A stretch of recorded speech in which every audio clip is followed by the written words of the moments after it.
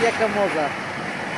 এই ট্রেনটা হলো মালবাহী ট্রেন যেটা আসতেছে একবারে বাঁকা হয়ে মনে হচ্ছে যে পড়ে পড়ে যাবে এই অবস্থা। এটা হলো মালবাহী ট্রেন,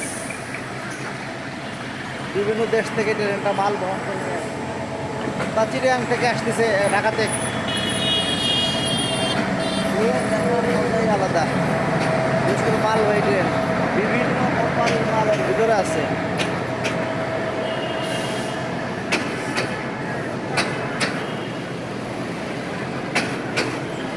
এই বুকের মাঝে সকালি সাজে এই অন্তরে, মালবাহী ট্রেন দেখার মজাই আলাদা।